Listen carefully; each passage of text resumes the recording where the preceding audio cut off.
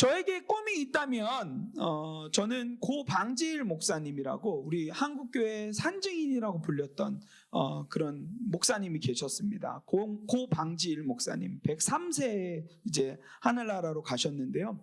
그 목사님이 살아계실 때 하셨던 말씀이 있었습니다. 그게 뭐였냐면 주를 위해 달아 없어질지언정 녹슬지 아니하리라. 다시 한 번 더 말씀드릴게요. 주를 위해 달아 없어질지언정 녹슬지 않으리라.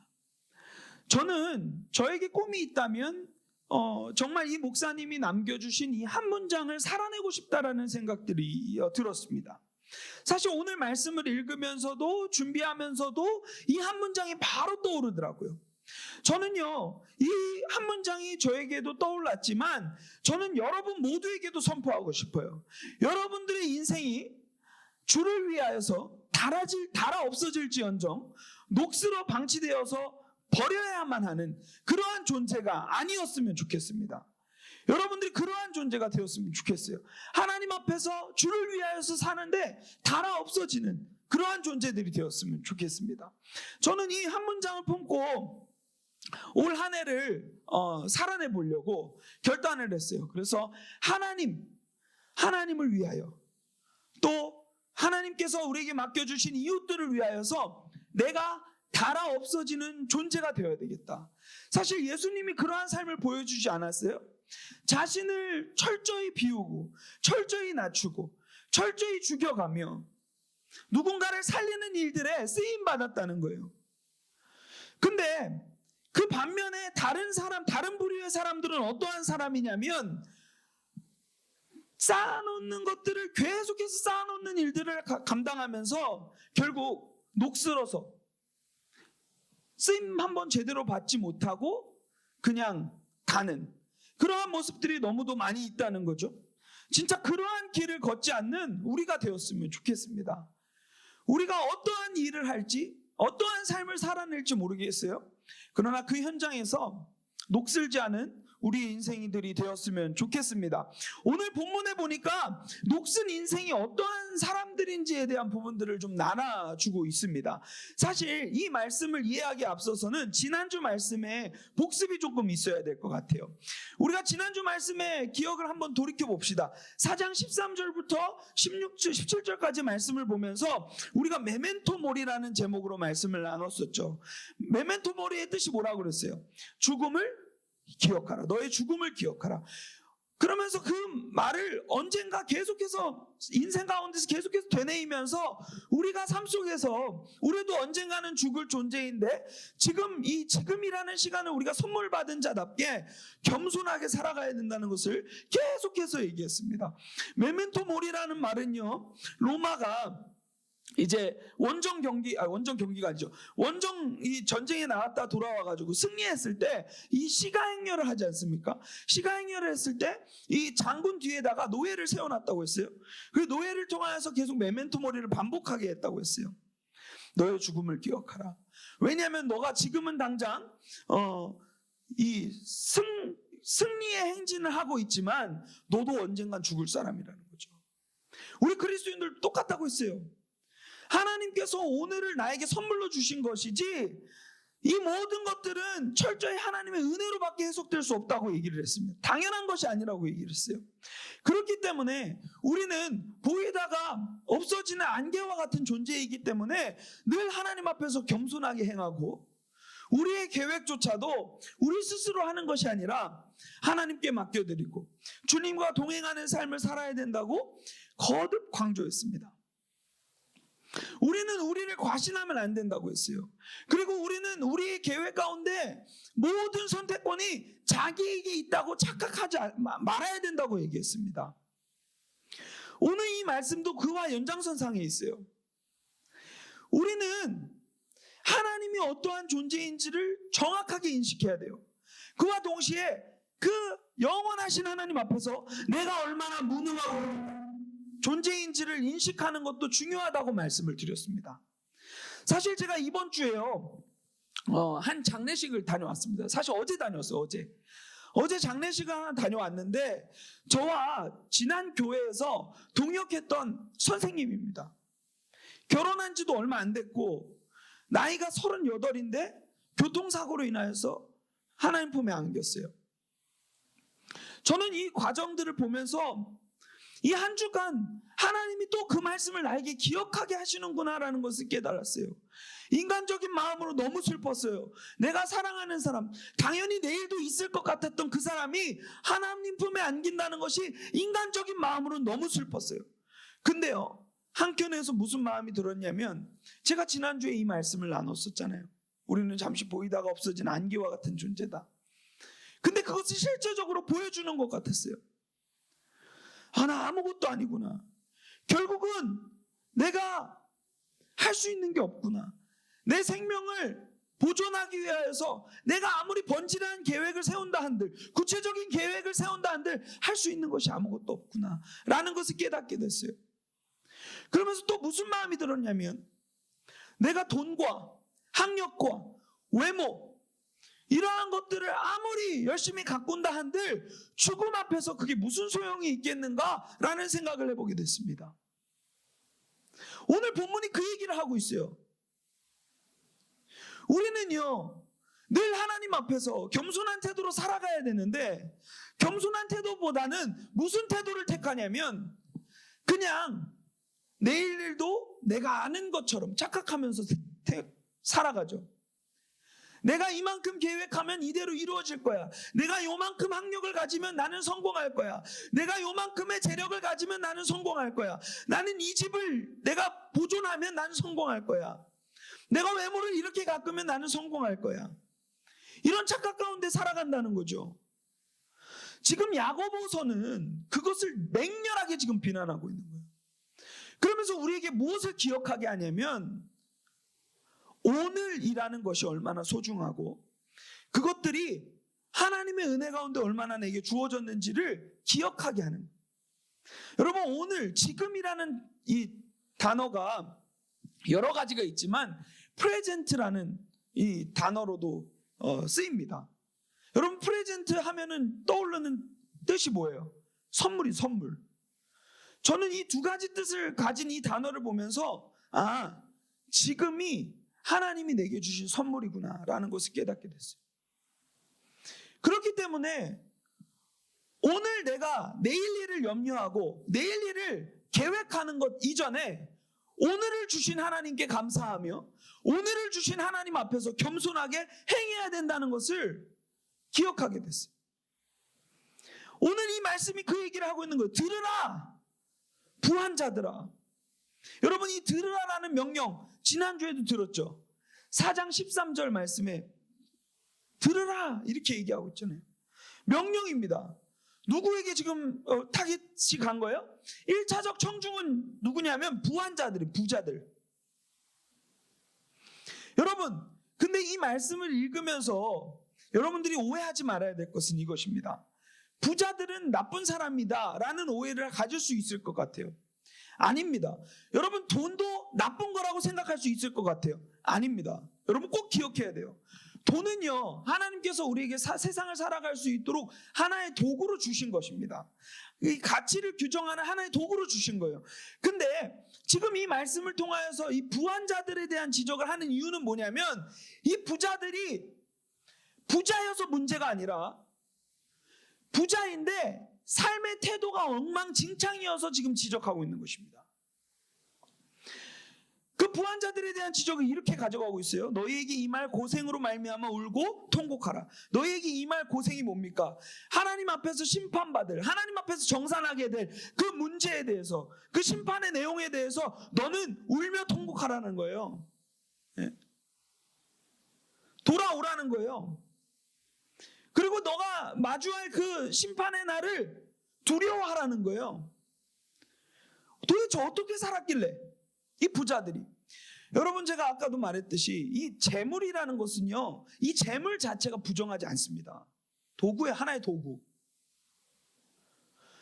그러면 지금 이 말씀을 통하여 성경이 마치 재물을 많이 가진 뭐 마태복음이나 이런 데서도 부자 청년에 대한 언급도 하죠. 네. 그러면서 되게 지적들을 많이 하는 것을 확인할 수 있는데 그 내용들을 잘 읽어보세요. 거기에 핵심이 무엇인지. 거기에 핵심은요, 돈을 대하는 사람의 태도에 대한 지적입니다. 돈 자체에 대한 문제를 지적하는 것이 아니라 돈을 대하는 사람의 태도를 지적하고 있는 거예요.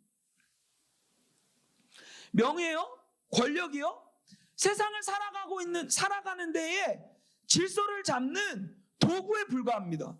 근데 우리 사람의 손에 이 권력과 명예가 주어지면 어떻게 됩니까? 우리는 그것을요, 자신을 증명하는 도구로 사용할 뿐만 아니라 그것을 악용하여서 다른 사람들을 도구화하고 있는 일들이 너무도 많이 있죠. 성경이 그런 것들을 지적하고 있는 것입니다. 오늘 이 부자도 마찬가지예요. 2절의 말씀에 보니까 이 사람이 어떻게 살았는지를 증명해주고 있습니다. 너희 재물은 썩었고 너희 옷은 좀 먹었으며 너희 금과 은은 녹이 쓸었으니. 이 사람은요, 재물을 쌓아두는 인생이었어요. 재물이 필요한 곳에 재물을 투여해서 그 가치를 발현하는 사람들이 되어야 하는데, 이 사람은 어떤 사람이냐면 이 재물을 그저 쌓아두는 사람이었어요. 옷을 쌓아두는 사람이었어요. 이 사람을요, 저는 이 말씀을 이렇게 읽으면서 이렇게 규정했어요. 너희 옷은 좀 먹었으면, 이렇게 되어 있잖아요. 이 사람은요, 좀을 먹이는 사람이더라고요. 왜냐하면 수많은 옷을 가져서, 여러분 옷도요, 이 옷이 부정한 게 아닙니다. 근데 이 사람은 뭐냐면요, 이 당시에는요, 수많은 사람들이 한 벌옷 가지고 살았거든요. 근데 수많은 사람들이 한 벌옷 가지고 살아가면서 어렵게 살고 있는데, 자기 집에는 사치를 누리며 수많은 옷들을 전시해 가면서 입지도 않는 거 이렇게 전시해 놨다는 거죠. 그래서 좀이 그것을 먹고 있는 일들이 일어나고 있는 거예요. 그래서 이 사람의 인생은 뭐냐면, 재물은 이미 썩었고, 쌓아둔 재물은 썩었고, 그리고 좀을 배부르게 하는, 이 벌레를 배부르게 하는 그러한 벌레 사육사가 된 거죠. 그러한 인생이 되었다는 거예요. 너희 금과 은은 녹이 슬었으니. 여러분, 금과 은이 녹이 슬습니까? 녹슬지 않습니다. 불순물이 들어가면 녹슬어요. 녹이 슬지 않습니다. 그러나 여기서 왜 녹이 슬었다라고 강력하게 얘기하냐면, 야고보가 지금 그 사람들의 상태를 증명해주고 있는 것입니다. 얼마나 너의 상태가 지금 심각한지를 조명해주기 위하여서, 금과 은은 녹이 슬지 않는데 너네 상태가 지금 이와 같은 상태라는 것을 보여주고 있는 것이죠. 이 녹이 너에게 증거가 됐다라고 얘기를 하고 있습니다. 여러분, 이게 미래에 일어날 일이라고 했는데, 너희 재물은 썩었고 너희 옷은 좀 먹었으며 완료형으로 다 기록되어 있어요. 이거 왜 완료형으로 기록되어 있을까요? 안 봐도 비디오라는 거죠. 우리의 삶은 유한하고, 우리가 가진 모든 재물들, 우리가 가진 어떠한 것들은 다 유한하다는 것을 인정하는 것이 중요하다는 것을 얘기하고 있어요. 그래서 마태복음 몇 장이죠? 6장에 보니까 19절에 이런 말씀이 있습니다. 너희를 위하여 보물을 땅에 쌓아두지 말라. 거기는 좀과 동록이 해하며 도둑이 구멍을 뚫고 도둑질하느니라. 오직 너희를 위하여 보물을 어디에 쌓아두라. 땅에 쌓지 말고 하늘에 쌓아두라. 거기는 좀이나 동록이 해하지 못하며 도둑이 구멍을 뚫지도 못하고 도둑질도 못하느니라 라고 얘기를 하고 있는 거예요. 네 보물이 있는 그곳에는 네 마음도 있다라고 얘기를 하면서 우리의 마음의 상태를 지금 이 마태는 지적해주고 있어요. 지금 야고보도 똑같습니다. 지금 이 재물을 쌓은 사람들의 삶을 보니까 결국은 재물은 안 봐도 비디오 썩을 것이고, 그리고 옷은 다 좀 먹을 것이고, 그리고 금과 은은 녹이 슬듯이 이 사람의 인생도 녹슨 인생이 된다는 것을 계속 지적해주고 있는 것이에요. 우리는 삶의 유한한 것을 인정하고 그분 앞에 엎드려서 하늘의 보물을 쌓고 살아가는 존재가 되어야 되는데, 땅에서 지금 내가 누리는 것들을 잇대어 살아가고 있다는 것을 지금 이 말씀이 지적해주고 있는 거예요. 재물을 왜 쌓아둡니까? 재물을 왜 쌓아둬요? 물론 저축 필요합니다. 근데 이 사람이 쌓아놓은 이 재물은 뭐냐면, 저축의 범위를 넘어서 이 무슨 상태를 지금 증명해주고 있냐면, 하나님이 아닌 자신은 재물을 의지하는 사람이라는 거예요. 내가 가진 어떠한 것으로 내가 살아보겠다고 아둥바둥하는 그러한 모습이라는 것을 이 말씀이 지적해주고 있는 것입니다. 이 말씀은요, 우리가 가진 이 부가 불안정하고 유한하다는 것을 계속해서 지적해주고 있어요. 지난주 말씀에서도 봤잖아요. 잠시 보이다가 없어지는 안개와 같은 그러한 우리 인생 가운데 영원하지 않은 것들을 붙들고 살아가고 있는 우리의 모습들을 지금 경고하고 있는 거예요. 그러한 삶에서 너희가 나왔으면 좋겠다. 우리가 지금 진정으로 품어야 되고 진정으로 사모해야 될 유일한 가치는 영원한 가치라는 거예요. 그 영원한 가치는 뭡니까? 하나님이죠. 우리가 이 세상에서 살면서 여러분들이 무슨 기도를 날마다 올려드리는지를 한번 생각해 보세요. 기도를 안 하는 것도 문제긴 하죠. 예. 떠올릴 내용이 없어요. 그것도 문제죠. 근데 여러분, 기도의 내용들을 다시 한번 생각해 보세요. 내가 무슨 기도를 올려드리고 있나? 철저히 땅의 것들을 구하고 있지 않습니까? 여러분, 우리가 얼마나 어리석은지를 알아야 돼요. 바보들이에요, 우리는. 왜요? 이 땅의 것들을 만드신 하나님이 우리 아빠인데, 그렇잖아요, 여러분. 우리가 그토록 갖고 싶어하는 이 재물, 우리가 그토록 갖고 싶어하는 수많은 것들의 주인이고 이 모든 것들을 만드신 분이 우리 아빠잖아요. 네? 마태복음 6장에 뭐라고 얘기합니까? 우리 아빠가 그런 아빠라고 얘기해주고 있잖아요. 근데 우리는요, 그 아빠가 만든 작은 거기에 집착하며 살아가고 있는 모습들이 너무도 많다는 거죠. 지금 사건 사고의 내용들을 여러분들 뉴스에서 많이 볼 텐데 그 내용들을 한번 다 뒤져보세요. 결국 핵심이 뭡니까? 이 땅의 것에 대한 문제예요. 그렇지 않나요? 제가 틀렸나요? 이 땅에서 누리는 수많은 쾌락과 수많은 어떠한 욕심의 이 반응으로 수많은 문제들이 일어나고 있다는 것을 여러분 기억해야 합니다. 그 길에서 이제는 우리가 돌이켜야 해요. 여러분, 우리가 이제는 더 이상 타협하면 안 됩니다. 세상의 것들을 하나하나 야금야금 취하는 그것들을 쌓아두고 거기에서 안정감을 누리는 그러한 존재들이 되지 않았으면 좋겠어요. 우리의 유일한 안정은 하늘로부터 와야 되는 줄 믿습니다. 땅에 내가 이만큼을 쌓았기 때문에 나는 안정적인 사람이 아니에요. 여러분, 죽음 앞에서 그 모든 것들이 헛되다는 것을 여러분들이 깨닫는 날이 올 것입니다. 우리는 하늘로부터 오는 그 주님의 은혜로 말미암아 안정을 누리는 존재들입니다. 그게 그리스도인이에요. 지금 이 말씀은 그 부자들을 지적하고 있지만, 1차적으로는 그 부자들을 지적하고 있지만, 그 부자들을 둘러싼 수많은 그리스도인들, 솔직히 그리스도인들 중에도 이런 사고를 가지고 살아가는 사람들 너무도 많습니다. 하나님을 믿는다고 고백은 하지만 실질적으로 한 손에는 다른 것들을 쥐고 있는 거예요. 한 손에는 하나님 쥐고 있어요. 근데 한 손에는요, 다른 것들을 쥐고 있어요. 이거 못 놔요. 마음에도요, 똑같아요. 수많은 방들을 만들어가지고 하나는 하나님 방으로 내어주고요, 다른 방들은 자기가 누리고 싶었던 수많은 것들로 채워놓는 게 우리의 삶의 모습이라는 거죠. 그렇지 않나요? 그러면서 그 키를 우리 손 안에 움켜쥐고 있는 거예요. 여러분, 이 내용은요, 로버트 멍어의 내 마음 그리스도의 집이라는 책에 나옵니다. 우리 마음에 있는 방의 키를 움켜쥐고 있으면서 하나님 내 모든 문제를 해결해 주세요. 이 키는 내어주지 못하고 주님께서 들어오셔서 내 마음에 있는 수많은 더러운 것들을 청소하시고 주인이 되어주셔야 되는데 이 키를 움켜쥐고 있는 거예요.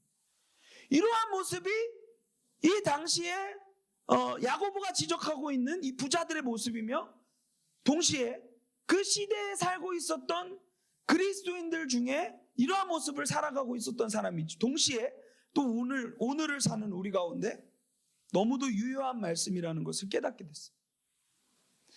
여러분, 무엇을 기대하고 무엇에서 안정을 누리며 살아갑니까? 가족? 여러분들의 돈? 여러분들의 머리? 이러한 것들을 통하여서 안정을 누립니까? 여러분들의 실력? 그 모든 것들이 아무것도 아니라는 것을 이 말씀을 통해서 발견했으면 좋겠어요. 4절의 말씀에 보니까 이 사람 더합니다. 아주 한술 더 떠요. 보라, 너희 밭에서 추수한 품꾼에게 주지 아니한 삭시 소리를 지르며. 큰 밭도 가지고 있어요. 농사를 하는데 자기 집에는 창고를 계속해서 쌓아가는데요. 품꾼이 이랬어요. 품꾼은, 여기서 말하는 이 품꾼은, 그 당시 품꾼은요, 하루 벌어 하루 먹는 사람, 진짜 노동자들, 하루 벌어서 하루 먹고 사는 사람들인데, 이 사람이, 이 부자가 지금 어떻게 합니까?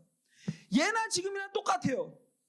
자기는 그렇게 배부르면서 자기 배에 가려져서 지금 밑에 있는 사람들이 안 보이는 거예요. 이 사람들이 얼마나 고난 가운데, 고통 가운데 살아가고 있는지 안 보이는 거예요. 그래가지고 이 사람은요, 자기의 욕심에 눈이 멀어가지고 품꾼에게 주어져야 될 삭까지도 취하는 그러한 모습이 이 말씀 가운데 나타나는 거예요. 그래서 뭐라고 합니까? 삭시 소리를 질렀대요. 여러분, 삭시, 이 사람에게 갈 곡식이, 또 재물이 소리를 지른다는 거예요. 그리고 그 추수한 자의 그 우는 소리가 어디도 말도 못하죠. 왜냐하면 말하면 일 잘리니까. 그 소리가 어떻게 됩니까? 만군의 주의 귀에 들렸나이다. 이 만군의 주라는 표현은요, 이사야 말씀에 등장합니다. 5장 말씀에 등장하는데 5장에도 똑같은 내용들이 등장을 해요. 5장 1절부터 쭉 읽어보면 그 내용들이 등장하는데, 거기서 5장 7절에 보니까 하나님께서 그들에게 요구하셨던 것들이 있었습니다. 그것은 뭐였냐면 정의였어요. 정의. 모든 사람들이 하나님의 나라의 가치를 누리고 사는 것을 원했어요. 네? 그래서 여기 5장 7절에 보니까 그들에게 정의를 바라였더니 도리어 포악을 낳았고, 그들에게 공의를 바라였더니 도리어 부르짖음을 낳았다는 거. 그러니까 정의를 바라고 공의를 바랬는데 이 사람들이 맺은 열매는 결국 죄밖에 없다는 거예요. 그리고 이 죄로 말미암아서 수많은 고통하는 소리들이 들렸다는 거예요. 그래서 9절에서 드디어 이 만군의 여호와라는 표현이 등장합니다. 만군의 여호와께서 내 귀에 말씀하시되 정령이 허다한 가옥이 황폐하리니 크고 아름다울지라도 거주할 자가 없으리라. 내가 다 흩어버리겠다. 다 멸하여 버리겠다는 거예요. 하나님이 얼마나 두려운 말씀을 지금 우리에게 선포하고 계십니까? 우리는요, 지난주에도 말한 것처럼 실제적 무신론으로 살아가고 있어요. 내가 이만큼을 축적하면 나는 안정을 누리며 살아갈 수 있는 존재야. 몇 년간은 먹고 살겠지. 나에게 뭐 100억이 있으면, 뭐 얼마만 있으면 나는 일 안 하고 충분히 안정을 누리면서 살아갈 수 있겠지 라고 과신하면서 살아가고 있는 이러한 모습들을 지적하고 있어요. 이러한 사람들을요, 지난주에도 말씀드렸죠. 실제적 무신론자라고 표현합니다. 저는 하나님을 믿는다고 하지만 실제적으로 삶 속에서 보여주는 내용은요, 하나님을 부인하는 삶이에요. 보세요. 지금 이 말씀이 보여주고 있는 내용. 재물을 쌓아가지고 재물이 썩었어요. 옷을 막 쌓아두고 있어요. 옷이 좀을 먹었어요. 예? 금과 은까지 녹슬어 버릴 정도로 이 사람의 상태가 지금 심각해요. 칼빈이라는 사람은 이런 말을 했어요. 사람의 마음은 우상을 만드는 공장이다. 똑같아요. 지금 이 말씀은요, 돈이라는 우상 때문에 수많은 것들을 죽여가는 일들이 일어나는 거죠. 심지어요, 마땅히 자기 밭에서 일한 그 근로자에게 임금도 지불하지 않는 아주 못된 사람이에요. 저는요, 지금 근데 이 말씀이 오늘날에도 지금 우리에게 너무 똑같은 이야기가 아닌가 생각해 봅니다. 저는요, 유튜브를 보다 보니까 하나 뭐 뜨더라고요. 그래서 그걸 봤는데 수많은 외국인 노동자들이 이곳에 와가지고 임금도 제대로 받지 못하고 비닐하우스에서 살면서 삶을 보내고 있는 그러한 모습들을 보면서 너무 마음이 아팠어요. 여러분, 이 재물 우리 겁니까? 하나님께서 다 만드시고 우리에게 맡겨주신 거잖아요. 근데 그것을요, 자신의 창고에 계속해서 쌓아가면서 눈앞에 죽어가고 있는 수많은 사람들에게서는 눈을 닫고 살아가고 있는 모습들, 자기 창고에만 눈을 열고 살아가고 있는 모습들을 이 말씀이, 그리고 오늘날 사회가 우리의 모습들이 보여주고 있다는 것을 여러분 직면했으면 좋겠어요. 여러분 부자가 돼도 좋습니다. 평범하게 살아도 좋아요. 여러분 각자의 삶의 모든 분량 가운데서 살아갈 때 이 모든 것이 나에게로부터 온 것이 아니고 하나님으로부터 왔고, 이것을 잘 나는 하나님께서 맡겨주셨고 나에게 주셨으니까 내가 건강하게 선하게 잘 사용해야겠다라는 것을 기억하는 사람들이 되었으면 좋겠습니다.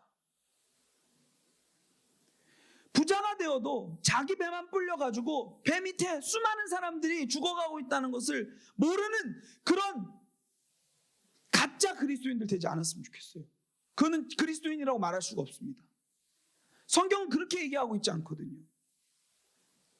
재물이 우리에게 주어지면 그것을 가난한 자들, 이웃에게 나누라고 성경은 분명히 얘기하고 있습니다. 그것을 위하여서 우리에게 맡겼다라고 하나님은 얘기하고 계세요. 이 말씀에 보니까 이 사람들은요, 5절에 보니까 너희가 땅에서 사치하고 방종하여서 사륙의 날에 너희 마음을 살찌게 하였다. 사륙의 날이라는 것은 뭘 연상시키냐면 돼지예요, 돼지. 돼지를 연상시키는 거예요.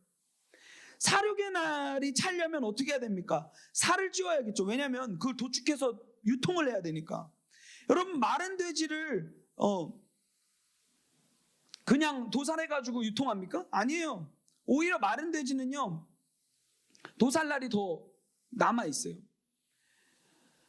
지금 이 사람들의 모습이 지금 이런 모습과 같다는 것을 지금 지적하고 있는 거예요. 사륙의 날에 너희 마음에 살을 찌우는 일들을 너희가 계속해서 일삼고 있구나 라는 것을 보여주고 있는 것입니다. 하나님은요, 이러한 삶을 기뻐하지 않으십니다. 우리가 4절부터 5절까지의 말씀을 봤던 것처럼 추수한 품꾼에게 삭을 지불하지 않는 것은 레위기 말씀에도 절대 하지 말라고 되어 있습니다. 레위기 아마 19장일 거예요. 19장 13절에 보니까 너는 내 이웃을 억압하지 말며 착취하지 말며 품꾼의 삭을 아침까지 밤새도록 내게 두지 말라. 똑바로 지불하라는 것을 지금 얘기해 주고 있는 거예요. 그러니까 하나님 기뻐하지 않는 일입니다.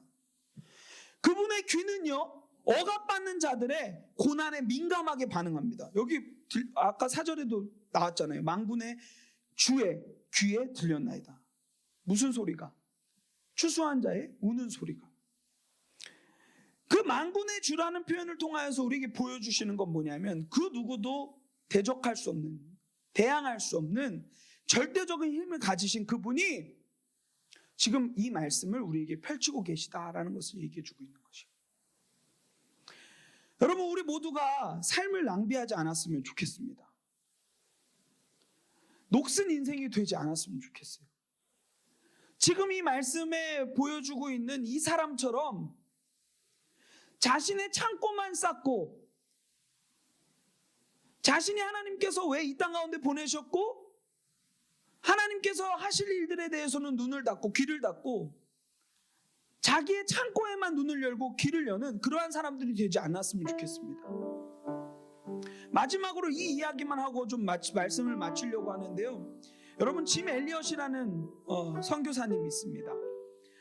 이분이 아주 멋진 말을 남겼어요. 그 말은 뭐냐면,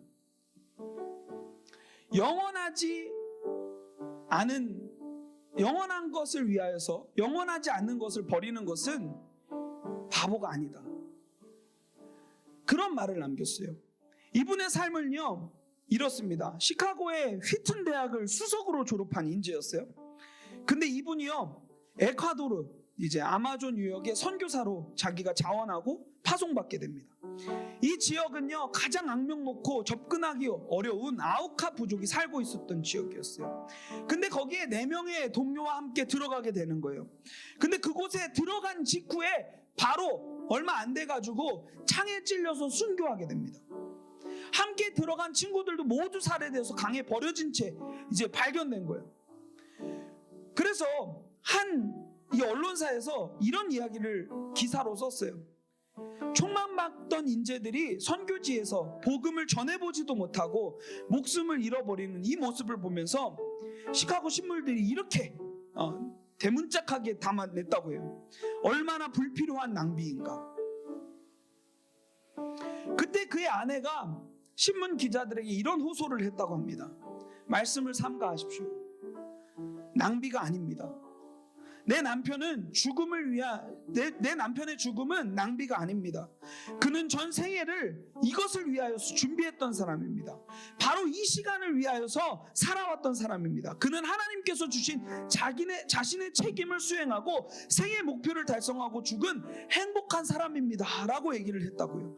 그리고 엘리자베스 엘리엇이 어떻게 하냐면 아내죠. 이분이 이 간호 훈련을 받고 1년 후에 바로 그 부족에 들어가서 거기서 5년을 넘게 살게 됩니다. 자기 남편을 죽인 그 부족이에요. 근데 그곳에 가서 복음 전하는 사역을 감당하는 거예요. 5년 뒤에요. 이제 이 아내가 부족을 떠나는데 그때 부족 추장이 물었대요. 도대체 당신은 누굽니까? 그랬더니 이 엘리자베스 엘리엇이 이런 얘기를 했답니다. 나는 당신들이 5년 전에 죽였던 그 남자의 아내입니다. 남편이 당신들을 향해 가지고 있던 그 사랑을 당신에게 전하기 위해 제가 다시 이곳에 왔습니다. 그리고 그 후에 수십 년이 지난 후에 그 마을에는 수백 개의 교회가 생겨났고 짐 엘리엇이 죽은 그 마을 교회 담임 목사가 짐 엘리엇의 아들이 됩니다. 여러분, 이 말씀, 저는 이 이야기를 통하여서 우리에게 정말 가치 있는 삶이 무엇일까? 정말 낭비하지 않는 삶이 무엇일까라는 것을 깨닫게 됩니다. 무엇이 불필요한 낭비이고 무엇이 거룩한 낭비인가를 생각해 보게 됐어요.